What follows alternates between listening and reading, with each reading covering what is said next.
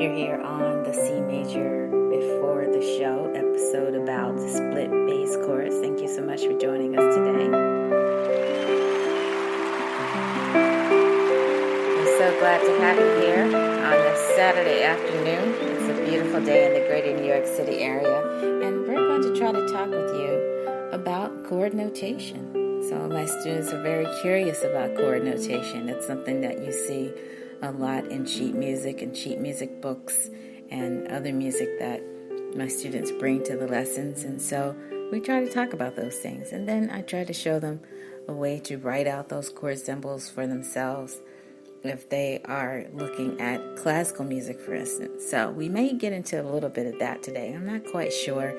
I may save my classical music demonstration for the CMajor radio show, which will be following today's episode. So I'm so glad you could be with us. You could be anywhere on this beautiful day if you're in this area. It's just so encouraging to be out and about doing something active, like riding your bike or being at a pool that you belong to, or going to the shore or something else summery. But it's really encouraging weather, so I don't blame you for being out and about today if you are.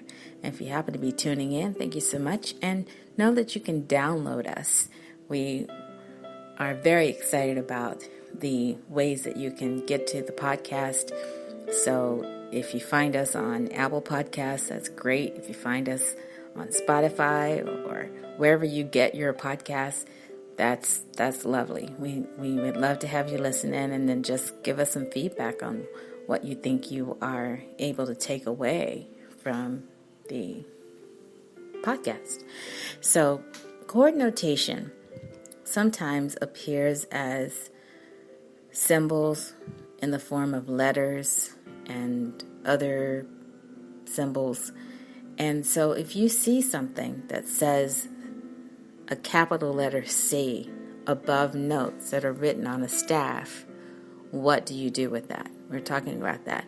And then if you see that same capital letter C with what looks like a slash, or in the words of one of our books that we read here on the podcast, an oblique stroke, a stroke. It looks like a slash. You could find that same slash on your computer keyboard. And then you have another letter below that. What do you do with that? We're talking about that today. And so some of my students have said to me, is this a chord over a different chord? And what we are trying to do today is to describe that you can have a chord played with a different bass. So if you have a C chord, C, E, G, and you don't care to play a C bass with that, then you may decide to put that C over an E or over something else that has nothing to do with the spelling of that chord. So, we hope to have some fun today. That reminds me of a conversation I had with one of my students this week who just reminded me to have fun. I have the reputation of being a fun teacher, and the more I think about that, I just think, my idea of fun sometimes is just really getting into the learning. But what if you just do something just for the fun of it? So we talked about that. He wanted to know how to write a jazz version of something that was classical. And I said, that's funny. I just ran across that. And it came across my desk that there are some ways to do that. You can take the music of a famous classical composer and turn it into another genre. And so there's some fun things and some funny ways to do that. So just do a little search if you're interested in doing something like that. So the symbols that we have been using mostly here on CMajor Before the Show have been in letter form. And then if you have your chord charts, pull those out. If you happen to have your book that shows you the pop music chords that are used, and take that out as well. And then if you're doing an internet search and you land on a page that has sheet music, just notice those symbols. And they usually are above, I won't say usually, but sometimes are above the guitar symbols. So if you don't know what's intended for guitar, I had a student today that just found out that's what those are for. So she's very excited. She's on fire for playing chords and getting back into music making. And it's just amazing how far she got in her piano playing. And then now she stepped away from it and wants to get back into it. And so we're having to refresh her memory on a lot of different things. So that's always fun to do. So what I'm going to do in a moment, I'm just going to do some reading. I hope you don't mind. And then I'm just going to point you toward a couple of resources. And then if I feel like it, I may even put a little Bach into today's episode just for the fun of it. But I think we'll take a look more at some of the music of J.S. Bach, one of my favorite composers. We'll take a look at some of his music more intently over at the CMajor radio show this afternoon. So I'm going to step away for just a moment. I'm going to have some music playing, and then I'm going to come back. You are listening to CMajor before the show.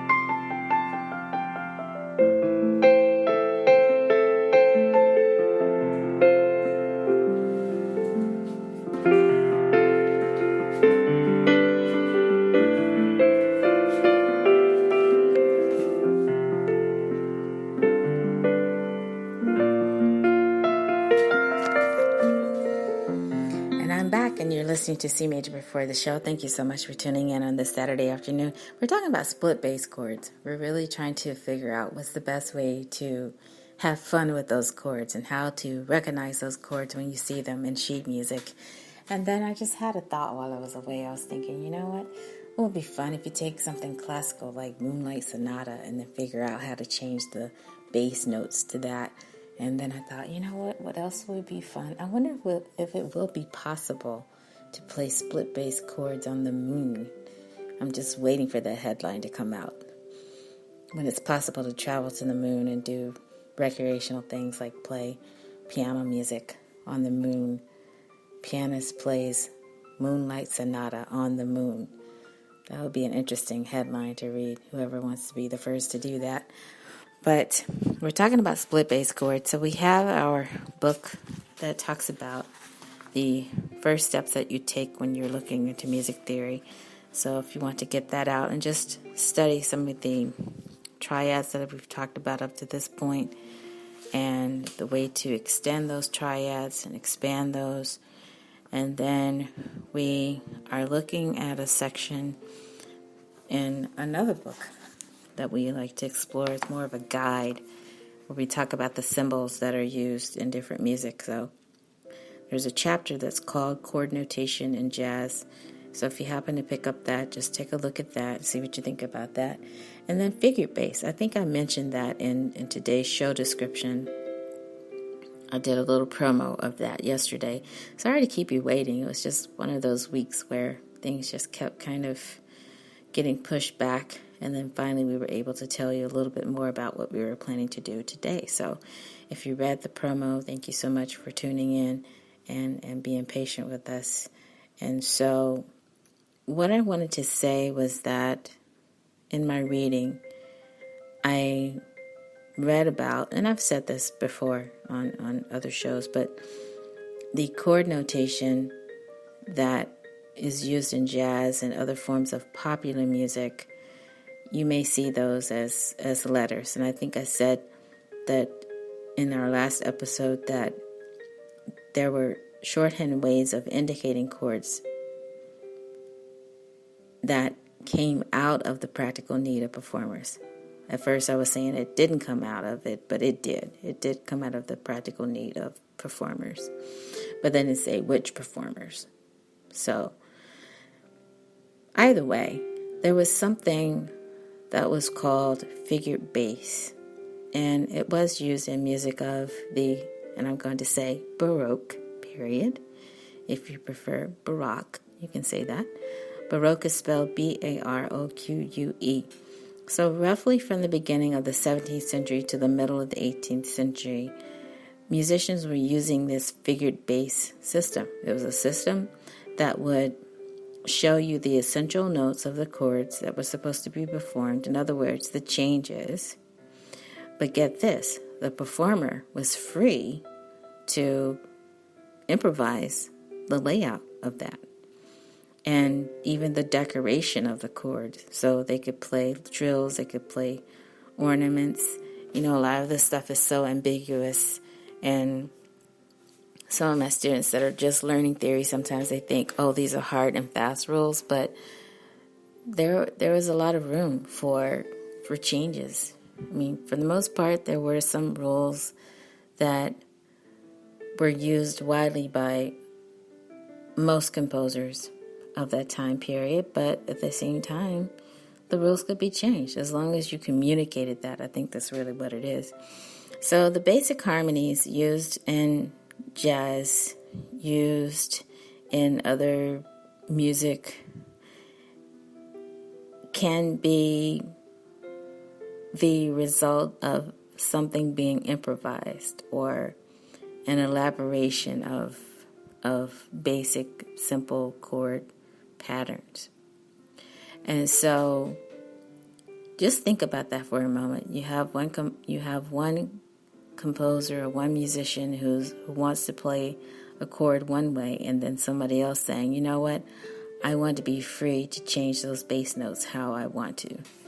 And you can do that. So it's all in the name of improvisation. It's also in the name of taking the letter name of the root of a chord that is shown in those capital letters that you see in sheet music, and then just changing the bass. So also, while we're at it, if you see a capital letter and then you see a lowercase letter beside that, and it's an M, that usually means it's minor. And sometimes composers just make the capital letter lowercase to show you that the chord is minor. And so, again, it really depends on once you understand the rules. Not that we want to encourage you to break them, but you can make up your own rules as long as you understand what you're trying to do with your music making. And then the little O, if you see a capital letter besides an O, a letter O, then that means it's diminished. So just say study your chord charts and try to make sense of it all, and then at the same time get a music professional involved so they can answer your questions if you have some. So here we go to this part here. So we've talked about those symbols, but if you see, for instance, a capital C, then it gives you no indication of what will be played in the bass, and it doesn't demand that. So I like that language. It's very strong that the root of the chord has to be in the bass. So normally any of the notes may be the bass note, and it's at the choice of you as the performer.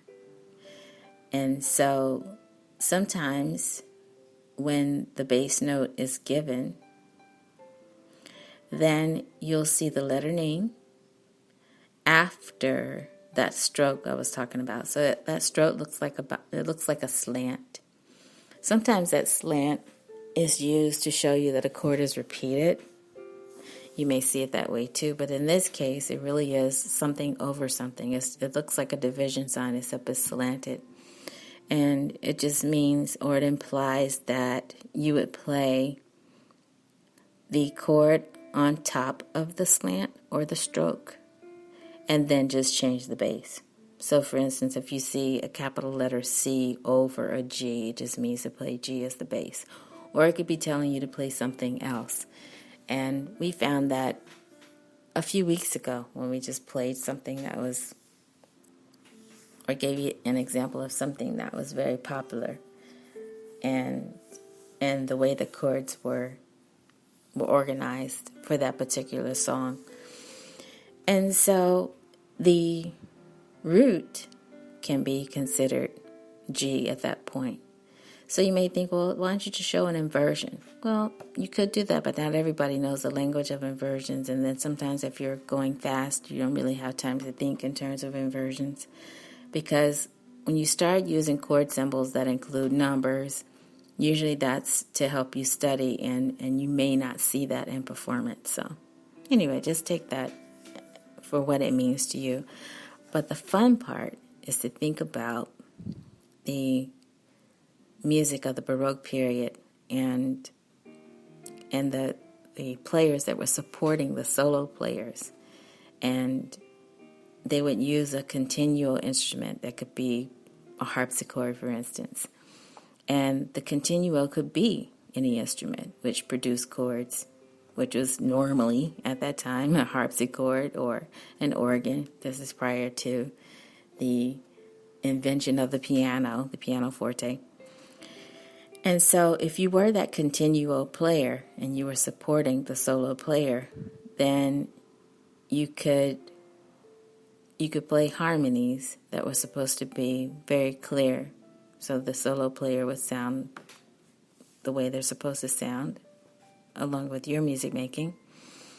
And if there were some harmony notes that were missing, then they would be provided by the continuo. So just think about that. I mean, pretty much that sounds like what we do when you put together a band. I mean, you're working together as a team to make sure the music sounds really, really good.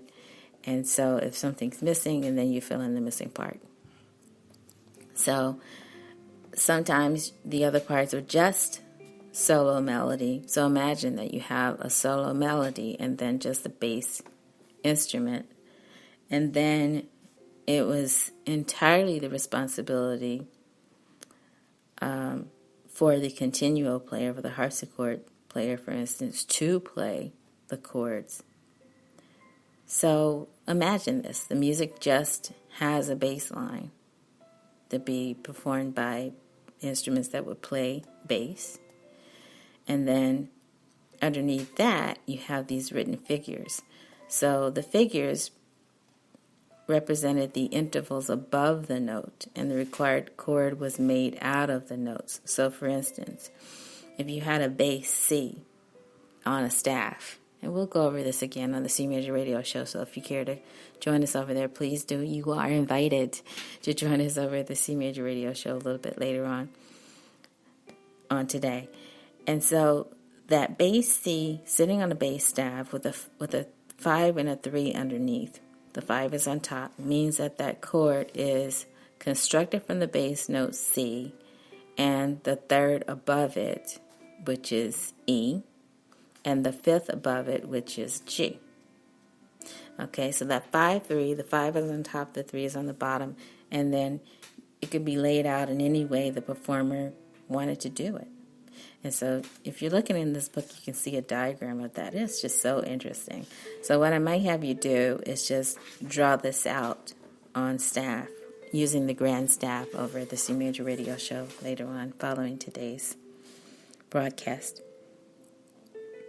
So all 5-3 chords are considered root position chords. So for instance, C, E, G.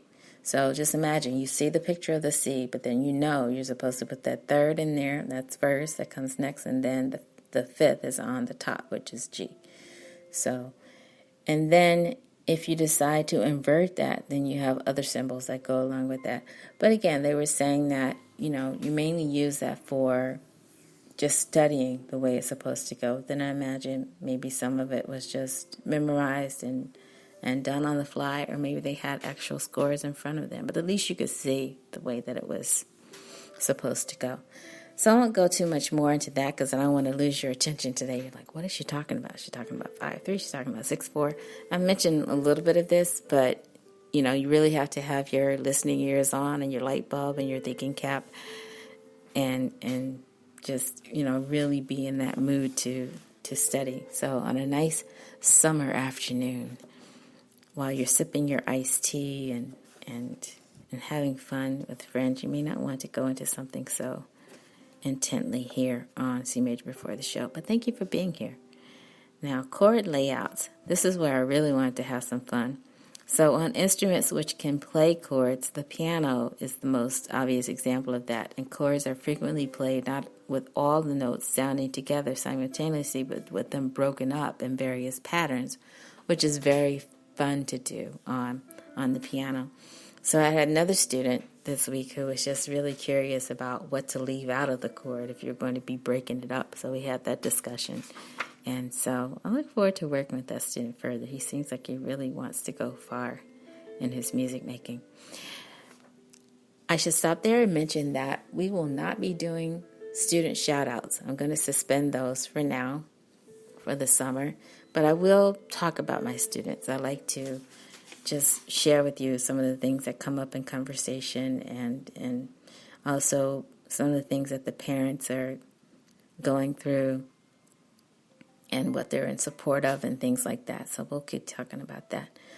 But in the future, we may be talking a little bit more about broken chords and arpeggios and Alberti bass. I think the closer we get to merging the two shows, CMajor before the show and the CMajor radio show, merging just means that a lot of the information will overlap, but just will have different applications. I think we'll hear some of the same language, so you have some of the cross language that's coming across in both of our podcasts. So we just want to be consistent with that.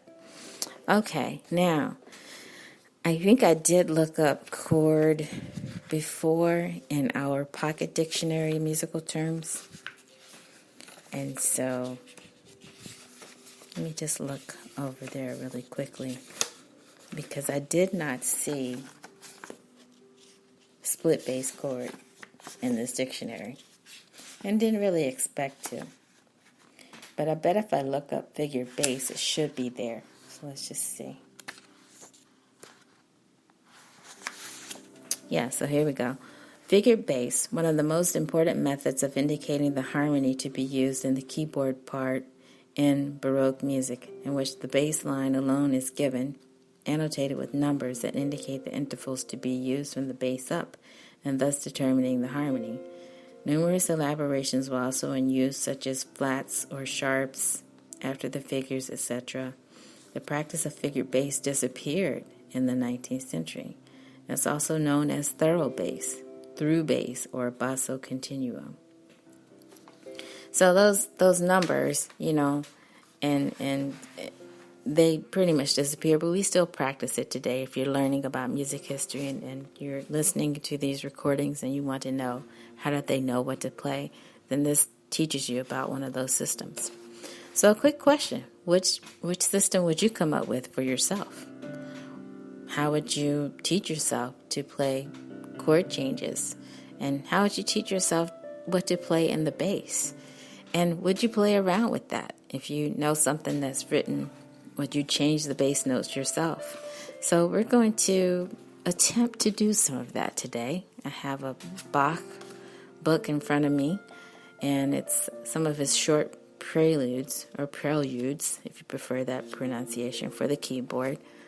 And so I'm going to just step away right now from our music, our recorded music, and then we're going to go to a different location, and I'm just going to bear with me and have some fun. Okay, so I'm going to flip through the book for a moment. You'll hear some recorded music, and then we're going to move to our other location. You're here on C Major before the show. This is the split bass episode.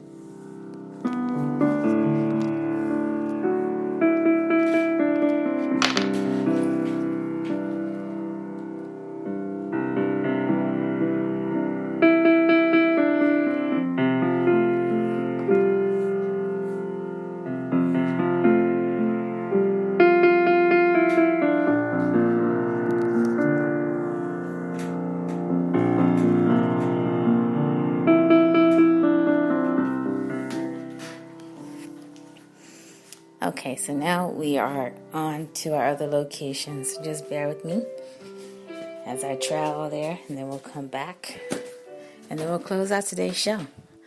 So for the summer months, we're deciding now if we should move to other days in the week and not just tie up Saturdays. But we'll make some more announcements about that as we go along. So I hope you're having a fun summer. So here I am with the piano. So you'll hear some rustling about. So I'm getting ready to open up one of the books that I use here on the podcast. And we are live here on C Major before the show. So I have not practiced these ahead of time. And this is a piano book. Again, it may seem pointless to do it because I don't have an analysis in front of me. But let's see. Let's see what happens. So if I have a C here, an E there, a G there, and then another G there. So, and I may even just try it on harpsichord sound just for the fun of it. Okay, so.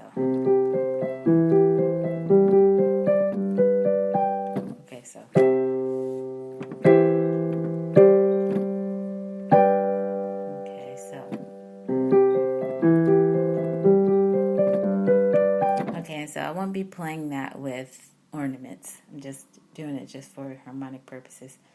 So harpsichord, just so you can hear what harpsichord sounds like. Some of my students really love the harpsichord sound that they have on their elaborate digital pianos. And so from time to time, they'll just switch it to that.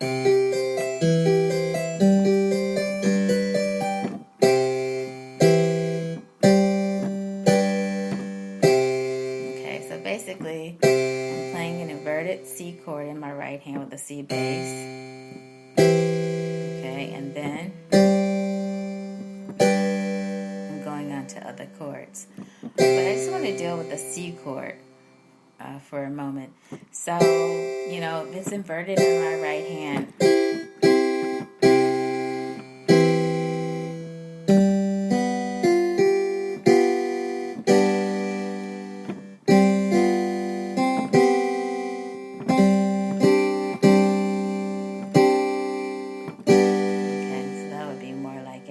I was trying to invert it to see if...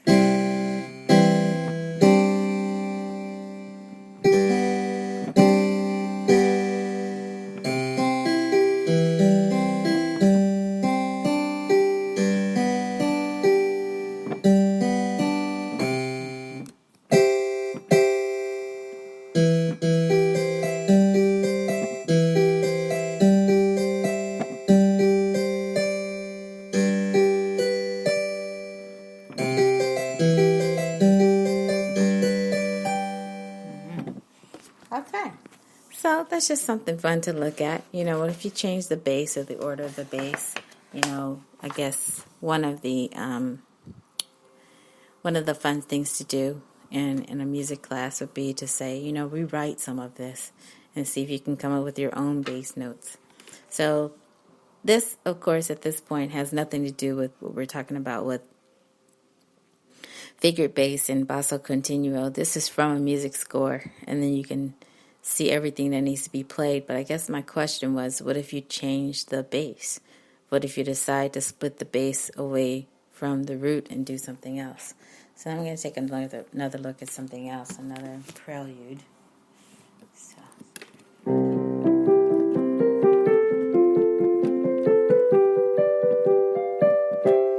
So I guess my question is, why is it important to start that on the root? What if I started on a different note?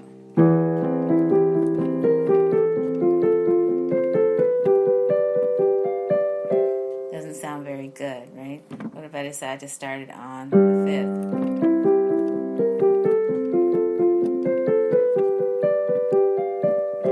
It doesn't sound bad. Why did Bach choose to start it on the root as opposed to the third or the fifth and then do something else? Who knows?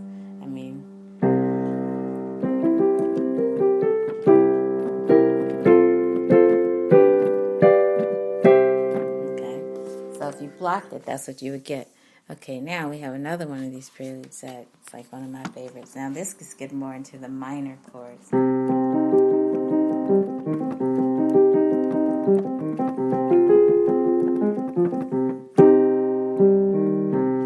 Okay, so imagine you did an analysis of this and then you decided, okay, instead of starting out with a C minor, I'm going to start out with a G.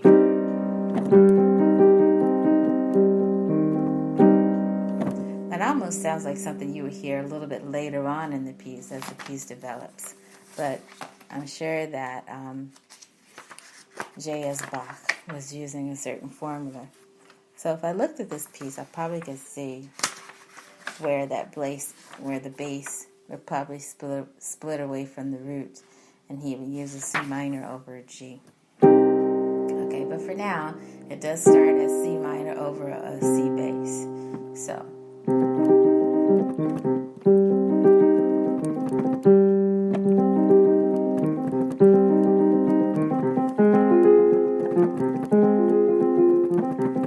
So I guess if you rewrote it, which who would dare rewrite what Bach wrote, which everything was perfectly written. But, you have to keep that same sequence of intervals. The same way he did by starting off with this. So if you started on... you might start it off that way and just rewrite it. But it's fun. It's fun to take a look at that. So once you become really comfortable with chords and what's going on with the music, I think a lot of the piano players I grew up with, they were either one or the other. Either they read music or they didn't. And the ones that they did would never dream of changing anything that they read and just didn't have that type of imagination and didn't really think in terms of that. We just did our theory exercises in our theory books, and that was it. No one opened up your imagination so much to say, hey, think about the chord you're playing in this particular piece.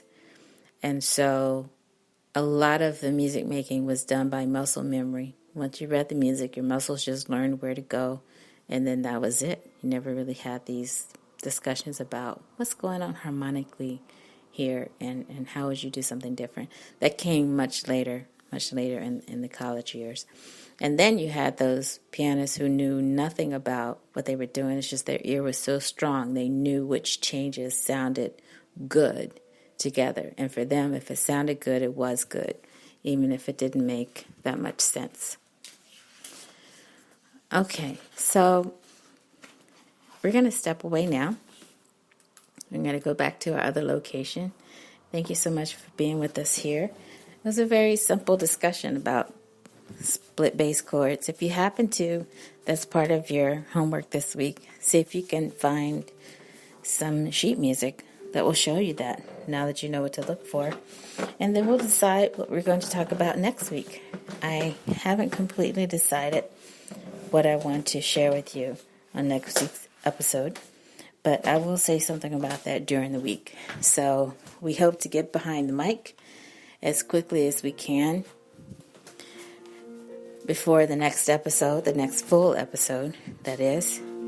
And we will keep it on Saturdays for now, but if I decide to do something else during the week, I will make an announcement about that too. So, happy summer. I hope you enjoyed the longest day of sunlight, which was yesterday, and that you'll have more sunny days in your summer that's coming up. This is CMajor Porter. Thank you for joining us here on the CMajor Before the Show episode about split bass chords. I'll see you next time.